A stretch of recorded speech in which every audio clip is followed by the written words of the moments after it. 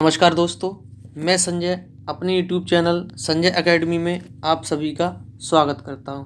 दोस्तों, CDP practice श्रृंखला की ये मेरी जो है 29वीं क्लास है, जो कि पहले से चली आ रही है दोस्तों, जो कि आपके लिए होने वाले सीटेट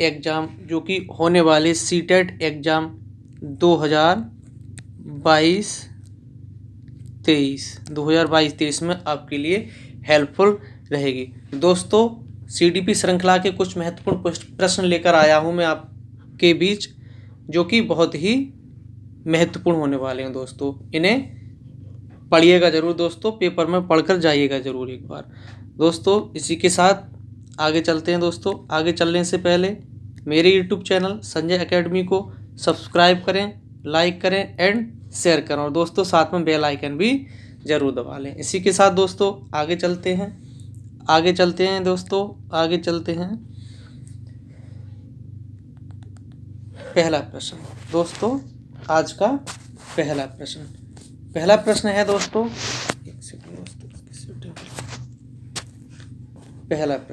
पहला प्रश्न है दोस्तों, प्रश्न नंबर 1। प्रश्न नंबर 1 क्या है, देखते हैं। प्रश्न नंबर 1 है, समावेशी शिक्षा के बढ़ावे और सुशासन हेतु दिव्यांगजन अधिकार अधिनियम 2016 के अंतर्गत निम्न में से युक्तियों के किस समूह को प्रतिपादित किया है? उत्तर देखते हैं दोस्तों क्या है।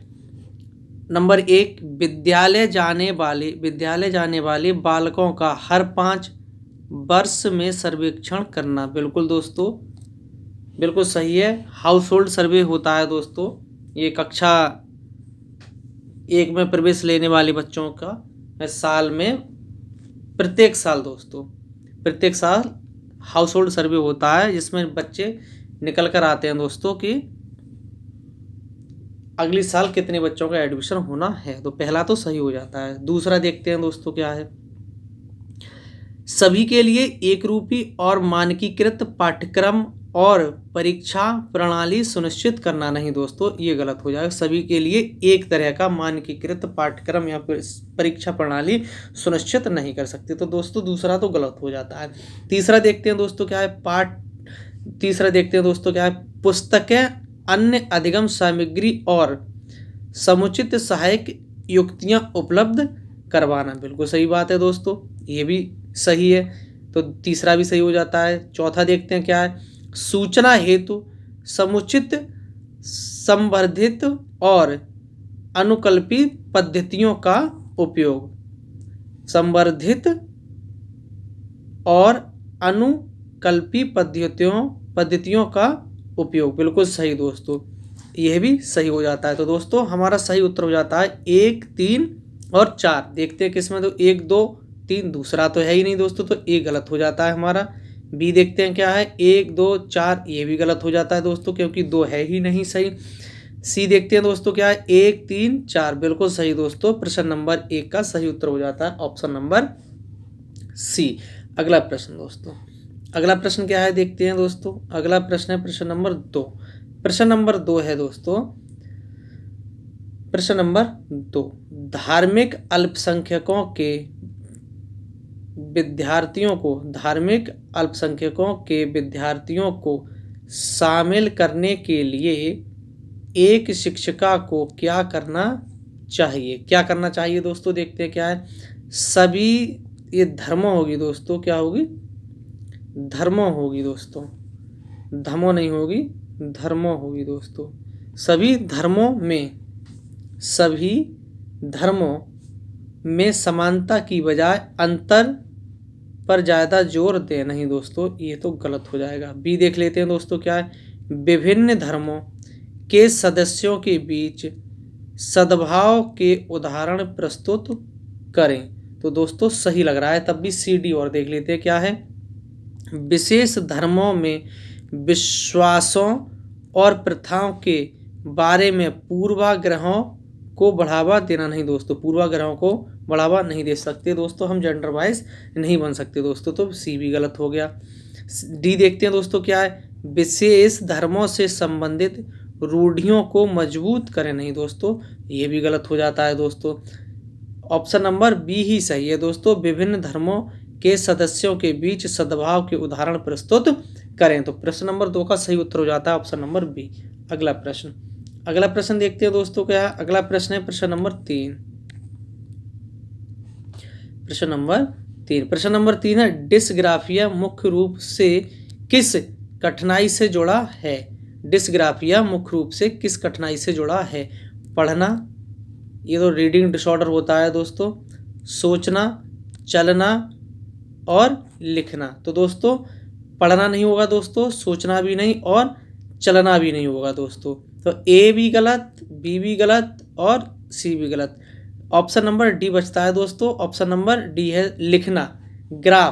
ग्राफ मानी लिखना होता है दोस्तों, तो इसी से आप समझ सकते हैं तो डिस्ग्राफिया मुख्य रूप से किस कठिनाई से जुड़ा है? तो दोस्तों जुड़ा है लिखना। प्रश्न नंबर 3 का सही उत्तर हो जाता है ऑप्शन नंबर डी। अगला प्रश्न है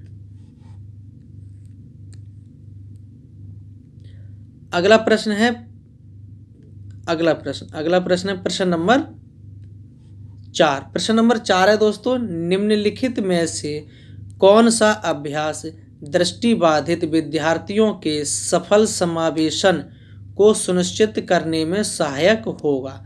क्या होगा दोस्तों? सहायक होगा। देखते हैं क्या है। ऑप्शन नंबर ए, छोटे मुद्रण और चित्रों वाली पुस्तकें। दृष्टिबाधित हैं दोस्तों, अगर आप छोटा लिखेंगे या चित्र ही दिखाएंगे तो बच्चा कैसे पढ़ पाएगा दोस्तों, तो ये तो गलत हो जाता है दोस्तों। बी देख लेते हैं क्या है दोस्तों, शिक्षक और साथियों द्वारा सांकेतिक भाषा का प्रयोग। दोस्तों जब बच्चा दृष्टिबाधित है तो दोस्तों सांकेतिक भाषा इशारों को कैसे समझ पाएगा दोस्तों, तो बी भी गलत हो जाता है। ऑप्शन नंबर सी देखते हैं दोस्तों क्या है। ऑप्शन नंबर सी, स्पर्शनीय और उभरी सामग्री का उपयोग। बिल्कुल सही दोस्तों, जैसे कि ब्रेल लिपि दोस्तों, तो ऑप्शन नंबर सी सही है। डी देख लेते हैं, बोर्ड पर लिखित निर्देश। नहीं दोस्तों, बच्चा दृष्टिबाधित है तो कैसे काम चलेगा दोस्तों, तो प्रश्न नंबर 4 का सही उत्तर हो जाता है ऑप्शन नंबर सी, स्पर्शनीय और उभरी सामग्री का उपयोग दोस्तों। आइए अगला प्रश्न है प्रश्न नंबर 4। प्रश्न नंबर 5 क्या है दोस्तों, देखते हैं कि उच्च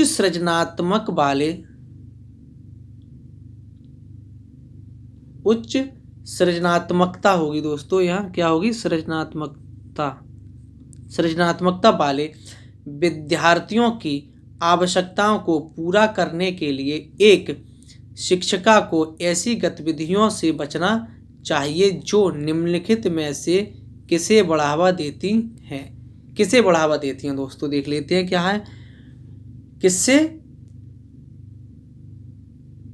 दोस्तों, उच्च सृजनात्मकता वाले विद्यार्थियों की आवश्यकताओं को पूरा करने के लिए एक शिक्षिका को ऐसी गतिविधियों से बचना चाहिए जो निम्नलिखित में से किसे बढ़ावा देती हैं। ऑप्शन नंबर ए, अभिसरण सोच नहीं होगी दोस्तों, ये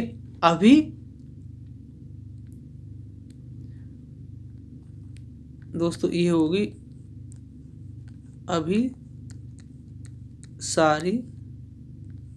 अभिसारी सोच होगी दोस्तों। क्या होगी? अभिसारी सोच, सीखने की जिज्ञासा, विचारों की मौलिकता, और दोस्तों डी है, ऑप्शन नंबर डी है, समस्या समाधान कौशल। तो दोस्तों क्या होगा दोस्तों, इसका सही उत्तर हो जाएगा दोस्तों प्रश्न नंबर 5 का ऑप्शन नंबर ए, अभिसारी सोच दोस्तों। अभिसारी सोच से बचना चाहिए, तो प्रश्न नंबर 5 का सही उत्तर हो जाता है ऑप्शन नंबर ए दोस्तों। अभिसारी की जगह अगर अपसारी होती दोस्तों तो सही हो जाता ये भी, तो चारों ही सही हो जाते हमारे दोस्तों। सीखने की जिज्ञासा, इसे तो अध्यापक को करना चाहिए। विचारों की मौलिकता, ये भी सही है दोस्तों। समस्या समाधान कौशल, ये भी सही है, इसीलिए गलत होते हैं क्योंकि दोस्तों हमसे पूछा है बचना चाहिए। क्या पूछा है दोस्तों, आवश्यकताओं को पूरा करने बचना चाहिए दोस्तों, हमें बचने पर फोकस करना है दोस्तों, तो सही उत्तर हो जाता है ऑप्शन नंबर ए। आइए अगला प्रश्न है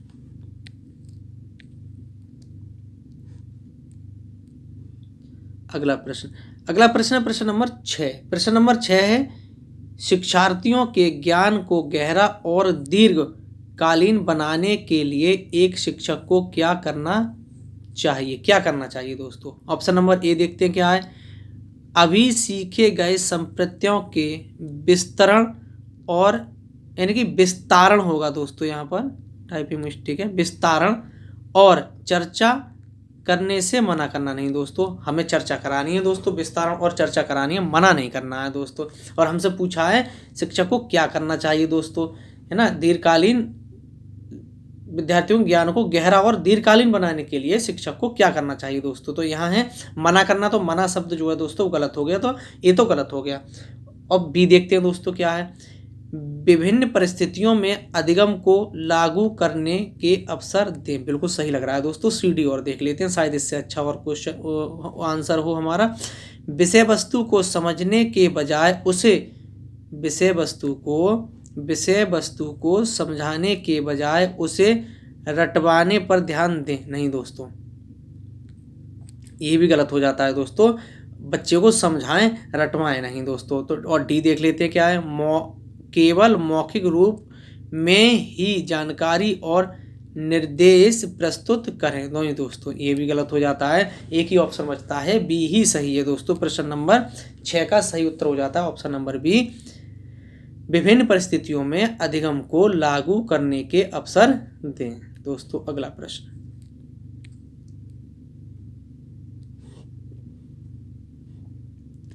प्रश्न नंबर 7। प्रश्न नंबर 7 जो है दोस्तों वो अभिकथन वाला है दोस्तों, जो कि 2000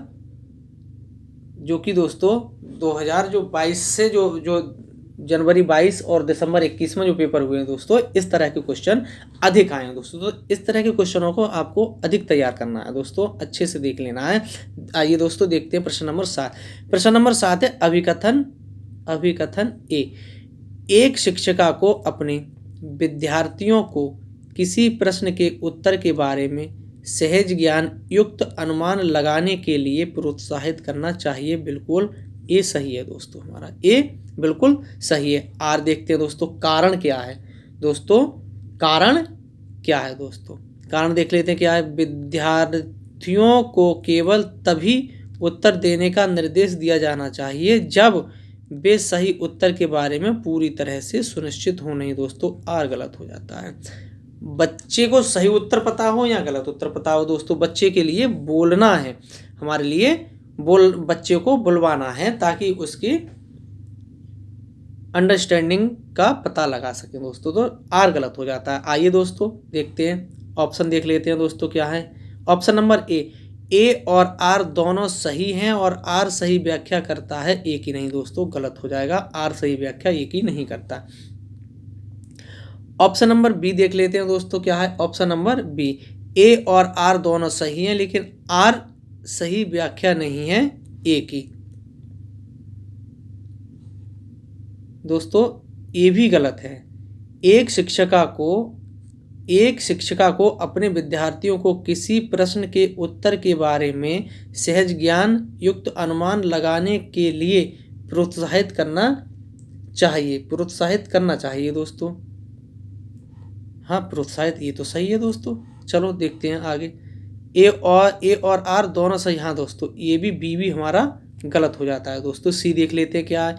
ए सही है और आर गलत है, बिल्कुल सही दोस्तों, ऑप्शन नंबर सी सही है दोस्तों। प्रश्न नंबर 7 का ऑप्शन नंबर सी सही है। ए और डी देखते हैं, ए और आर दोनों गलत, नहीं दोस्तों, ए तो हमारा सही है, तो ऑप्शन नंबर सी सही है दोस्तों। प्रश्न नंबर 7 का ऑप्शन नंबर सी सही है, ए सही है और आर गलत है दोस्तों। अगला प्रश्न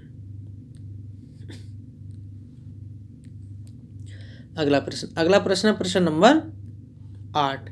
प्रश्न नंबर 8 है दोस्तों, एक शिक्षक को ऐसी गतिविधियों की योजना बनानी चाहिए जो शिक्षार्थियों के बीच डैश उत्पन्न करती हैं, चिंता, बोरियत, जिज्ञासा, हतोत्साहन। तो दोस्तों हतोत्साहन नहीं होगा दोस्तों, यहाँ प्रोत्साहन होगा दोस्तों। क्या होगा? प्रोत्साहन होगा दोस्तों। पेन का क्लेज है थोड़ा दोस्तों, ये बहुत जल्द सही होने वाला है। हतोत्साहन नहीं होगा दोस्तों। और एक शिक्षक को ऐसी गतिविधियों की योजना बनानी चाहिए जो शिक्षार्थियों के बीच डैश उत्पन्न करती हैं, चिंता भी नहीं दोस्तों, बोरियत भी नहीं, जिज्ञासा। दोस्तों एक शिक्षक को ऐसी कार्य योजना बनानी चाहिए जो कि बच्चों के बीच में जिज्ञासा उत्पन्न करें दोस्तों। तो सही उत्तर हो जाएगा प्रश्न नंबर 8 का ऑप्शन नंबर सी। आइए अगला प्रश्न।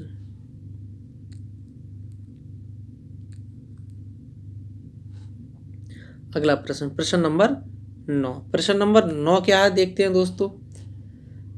किसी विशेष कार्य को कैसे करना है, इसके ज्ञान को डैश कहा जाता है। किसी कार्य को कैसे करना है, इसके ज्ञान को डैश कहा जाता है। क्या कहा जाता है दोस्तों, ये देख लेते हैं। समावेशित ज्ञान, अनुबंधित ज्ञान, नहीं दोस्तों अनुबंधित ज्ञान तो होगा नहीं दोस्तों, और समावेशित ज्ञान भी नहीं होगा दोस्तों।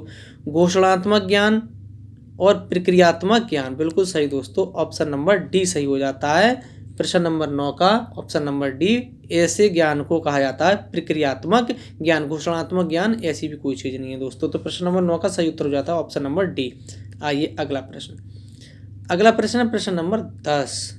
प्रश्न नंबर 10, प्रश्न नंबर 10 क्या है देखते हैं। प्रश्न नंबर 10 है, निम्नलिखित में से कौन विद्यार्थियों के बीच सार्थक सीखने को बढ़ावा नहीं देता है। किस पर ध्यान देना है दोस्तों, नहीं पर ध्यान देना है हमारे लिए। किस पर, नहीं पर ध्यान देना है दोस्तों,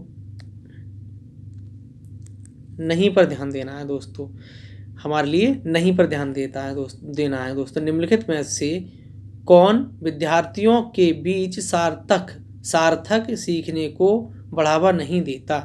तो दोस्तों नहीं पर ध्यान देना है हमारे लिए विशेष रूप से। अन्वेषण दोस्तों ये तो बढ़ावा देता है इसलिए गलत हो गया। बातचीत, अंतःक्रिया, ये भी सही है दोस्तों इसीलिए गलत हो गया। अधिसंज्ञान, मेटाकॉग्निशन, ये तो दोस्तों सही है तो ये भी गलत हो गया। ऑप्शन नंबर डी देख लेते हैं, निष्क्रिय अवलोकन, नहीं दोस्तों यही गलत है इसीलिए सही है दोस्तों। तो प्रश्न नंबर 10 का सही उत्तर हो जाता है ऑप्शन नंबर डी, निष्क्रिय अवलोकन।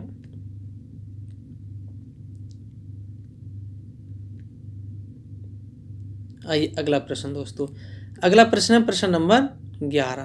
प्रश्न नंबर 11 है दोस्तों, हमारी अपनी क्षमताओं और दिए गए कार्यों की मांगों के अनुसार उस स्थिति में उपयोगी रणनीतियों की समझ का परोक्ष और प्रत्यक्ष बोध क्या कहलाता है दोस्तों। ऑप्शन नंबर ए घोषणात्मक ज्ञान, ऑप्शन नंबर बी एपिसोडिक प्रकरणात्मक ज्ञान, अधिसंज्ञानात्मक ज्ञान और प्रक्रियात्मक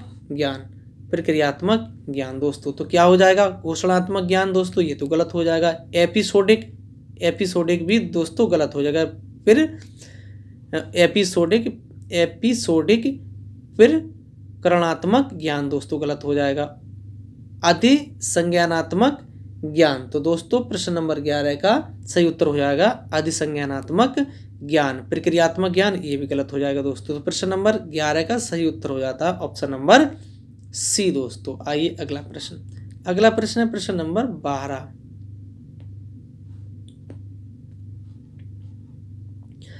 प्रश्न नंबर 12 है दोस्तों, एक समस्या को हल करते समय एक विद्यार्थियों नहीं होगा दोस्तों, विद्यार्थी समरूपी समस्या को उद्धृत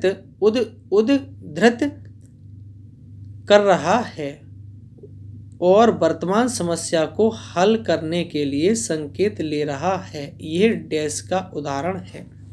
प्रश्न दोस्तों, एक समस्या को हल करते समय एक विद्यार्थी समरूपी समस्याओं को उद्धृत कर रहा है और वर्तमान समस्या को हल करने के लिए संकेत ले रहा है। ये डैश का उदाहरण है। प्रश्न नंबर 12 का ऑप्शन देखते हैं दोस्तों क्या है। अनुरूपक सोच, कार्यात्मक स्थिरता, अनुक्रिया समुच्चय और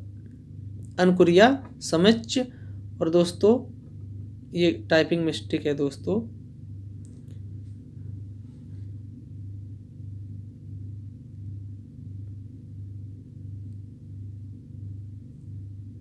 युक्ति। तो दोस्तों ये टाइपिंग मिस्टेक है दोस्तों। तो इसका सही ये दोस्तों पश्चगामी कार्यकारी युक्ति। तो पश्चगामी कार्यकारी युक्ति दोस्तों। तो प्रश्न नंबर डी तो गलत हो जाता है दोस्तों, 12 का डी गलत हो जाता है। अनुक्रिया समझ ये भी गलत हो जाता है और बी भी गलत हो जाता है दोस्तों। तो प्रश्न नंबर 12 का सही उत्तर एक ही बचता है दोस्तों। प्रश्न नंबर 12 का सही उत्तर बचता है ऑप्शन नंबर ए, अनुरूपक सोच दोस्तों। सही उत्तर हो जाता है प्रश्न नंबर 12 का ऑप्शन नंबर ए। अगला प्रश्न थोड़ा बड़ा प्रश्न है दोस्तों, धैर्य से पढ़ेंगे। एक वैज्ञानिक संप्रत्यय पर चर्चा के दौरान एक वैज्ञानिक संप्रत्यय पर चर्चा के दौरान एक शिक्षिका ने पाया कि कुछ विद्यार्थियों को उस संप्रत्यय से संबंधित कुछ भ्रांतियां, यानी क्या है दोस्तों, कुछ भ्रांतियां हैं। ऐसी स्थिति में शिक्षिका को क्या करना चाहिए देख लेते हैं दोस्तों। ऑप्शन नंबर ए है विद्यार्थियों को भ्रांतियों के बारे में बात करने दें और वैज्ञानिक तर्क की खोज के अवसर प्रदान करें। बिल्कुल सही लग रहा है दोस्तों 13 का ए। तब भी सी डी और देख लेते हैं, बी सी डी और देख लेते हैं। उन भ्रांतियों को सिरे से खारिज करें और उन्हें उस संप्रत्यय पर मानक जानकारी बताएं। नहीं दोस्तों, बी गलत हो जाता है। सॉरी दोस्तों। इन बच्चों को एक विशेष शिक्षक के पास भेज दें और अधिगम क्षमता के लिए आकलन की सिफारिश करें। नहीं दोस्तों, ये भी गलत हो जाएगा दोस्तों। विशेष शिक्षक के पास नहीं भेजना है दोस्तों, एजुकेशन फॉर ऑल है दोस्तों। एक अध्यापक ही प्रत्येक तरह की समस्या बच्चे की सॉल्व करेगा दोस्तों, अलग से कोई विशेष शिक्षक हमें नहीं लगाना है दोस्तों। तो प्रश्न नंबर 13 का बी भी गलत, सी भी गलत। डी देख लेते हैं दोस्तों क्या है। शिक्षक को उन भ्रांतियों पर प्रतिक्रिया नहीं देनी चाहिए और अगले संप्रत्यय की ओर आगे बढ़ जाना चाहिए। नहीं दोस्तों, जब तक बच्चे का कॉन्सेप्ट हम क्लियर नहीं कर देते दोस्तों, तब तक हमें आगे नहीं बढ़ना है। तो दोस्तों डी भी गलत हो जाता है 13 का। तो सही उत्तर हो जाता है, एक ही उत्तर बचा, ऑप्शन नंबर ए सही है दोस्तों। विद्यार्थियों को भ्रांतियां के बारे में बात करने दें और वैज्ञानिक तर्क की खोज के अवसर प्रदान करें। सही उत्तर हो जाता है ऑप्शन नंबर ए। अगला प्रश्न दोस्तों, अगला प्रश्न है प्रश्न नंबर 14। प्रश्न नंबर 14 क्या है देखते हैं दोस्तों। संवेग और प्रश्न नंबर 14 है संवेगों और संज्ञान के बारे में निम्नलिखित में से कौन सा कथन सही है। ऑप्शन देखते हैं दोस्तों क्या है। किसी भी प्रकार के संवेगों से ध्यान अवधि अपरिवर्तित रहती है दोस्तों। तो ये तो गलत हो जाएगा दोस्तों। संवेग और तार्किक सोच एक दूसरे से स्वतंत्र हैं। नहीं दोस्तों, एक दूसरे से ये दोस्तों परस्पर संबंधित हैं। सिर्फ एक व्यक्ति हैं दोस्तों जो हैं जेजोंग, वही कहते हैं दोस्तों कि संवेग अलग हैं दोस्तों, संवेग जो हैं स्वतंत्र हैं दोस्तों, जेजोंग कहते हैं। और सभी लोग दोस्तों इस बात के लिए नकारते हैं दोस्तों। सी देखते हैं दोस्तों क्या है 14 का सी है संवेग स्मृतियों के कूटलेखन और पुनर्प्राप्ति को सुसाध्य करते हैं। बिल्कुल सही दोस्तों। तभी डी और देख लेते हैं। स्मृति सकारात्मक या नकारात्मक संवेगों से जुड़ी नहीं है। नहीं दोस्तों, बिल्कुल जुड़ी है, सकारात्मक और नकारात्मक दोनों से जुड़ी हुई है दोस्तों। तो डी भी गलत हो जाता है। तो प्रश्न नंबर 14 का सही उत्तर जो है दोस्तों वो है ऑप्शन नंबर सी, संवेग स्मृतियों के कूटलेखन और पुनर्प्राप्ति को सुसाध्य करते हैं। सही उत्तर हो जाता है ऑप्शन नंबर सी। अगला प्रश्न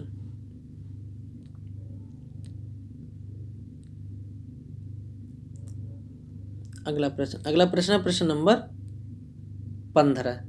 प्रश्न नंबर 15 है दोस्तों। प्रश्न नंबर 15 है, देखते हैं क्या है प्रश्न नंबर 15। प्रश्न नंबर 15 है निम्नलिखित में से कौन सा विश्वास एक विद्यार्थी को भविष्य के प्रयासों के लिए प्रेरित करने की संभावना रखता है। प्रश्न दोबारा पढ़ लेते हैं दोस्तों। क्या निम्नलिखित में से कौन सा विश्वास एक विद्यार्थी को भविष्य के प्रयासों के लिए प्रेरित करने की संभावना रखता है? देखते हैं दोस्तों क्या है ऑप्शन। मैं बुद्धिमान नहीं हूं और प्रयास में मेरी क्षमता पर कोई फर्क नहीं पड़ेगा। नहीं दोस्तों, ये तो गलत हो जाएगा दोस्तों, ये गलत हो जाएगा दोस्तों। ऑप्शन नंबर बी देखते हैं क्या। अगर मैं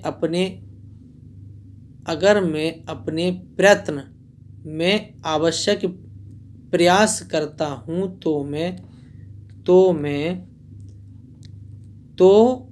अगर मैं अपने प्रयत्न में आवश्यक प्रयास करता हूं तो मैं दिए गए कार्य करने में सक्षम हूं। बिल्कुल सही लग रहा है दोस्तों। तब भी सी डी और देख लेते हैं क्या है दोस्तों।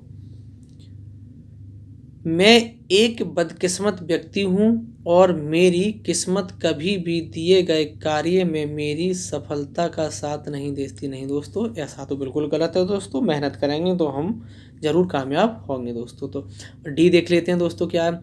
मेरे पास विज्ञान में अच्छे प्रदर्शन करने की क्षमता नहीं है और इसे बदलना मेरी नियंत्रण से बाहर है। नहीं दोस्तों, डी भी गलत हो जाता है। सेम ए जैसा ही क्वेश्चन है दोस्तों, तो डी भी गलत हो जाता है। एक ही ऑप्शन बचता है दोस्तों 15 का, ऑप्शन नंबर बी। अगर मैं अपने प्रयत्न में आवश्यक प्रयास करता हूं तो मैं दिए गए कार्य करने में सक्षम हूं। प्रश्न नंबर 15 का सही उत्तर हो जाता है ऑप्शन नंबर बी। अगला प्रश्न दोस्तों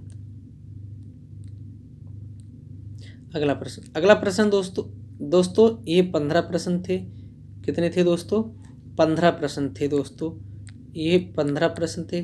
15 प्रश्नों का संकलन दोस्तों आपके लिए कैसा लगा कमेंट बॉक्स में जरूर बताएं। और दोस्तों 15 आउट ऑफ 15 आपके कितने सही आए इसे भी कमेंट बॉक्स में जरूर दें दोस्तों। ये जो मैं श्रृंखला चला रहा हूँ दोस्तों, CDP प्रैक्टिस श्रृंखला जो चला रहा हूँ दोस्तों, जो आपके लिए दिसंबर 2022/2023 जनवरी, इसमें जो दोस्तों सी टेट का जो एग्ज़ाम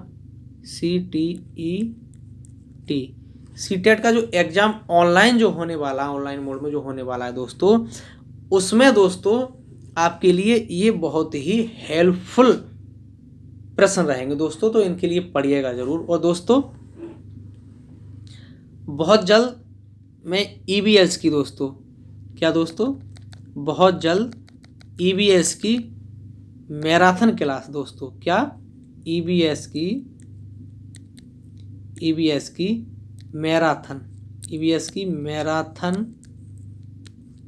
मैराथन क्लास लाना चाह रहा हूँ दोस्तों मैं।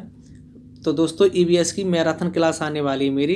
तो दोस्तों मेरे YouTube चैनल संजय एकेडमी को आप अधिक से अधिक शेयर करें दोस्तों, सब्सक्राइब करें और लाइक करें दोस्तों। तो दोस्तों EBS की जो मैराथन क्लास आने वाली है दोस्तों, उसके लिए देखिएगा जरूर दोस्तों, जो कि आपके लिए हेल्पफुल रहेगी दोस्तों। 15 नंबर, अगर आप मेरी ये मैराथन क्लास देखते हैं दोस्तों, तो जो 15 हैं दोस्तों, 15 में से 15 आएंगे दोस्तों। आपके कितने आएंगे दोस्तों? 15 में से 15 आएंगे। जो 15 प्रश्नों का जो संकलन मैं लेकर आ रहा हूँ दोस्तों, मैराथन क्लास ला रहा हूँ, जो कि 15 नंबर के लिए एप्लीकेबल होगी दोस्तों। उसमें आपके 15 आउट ऑफ 15 में से 15 आएंगे दोस्तों। और एक क्लास दोस्तों मैं और ले चुका हूँ।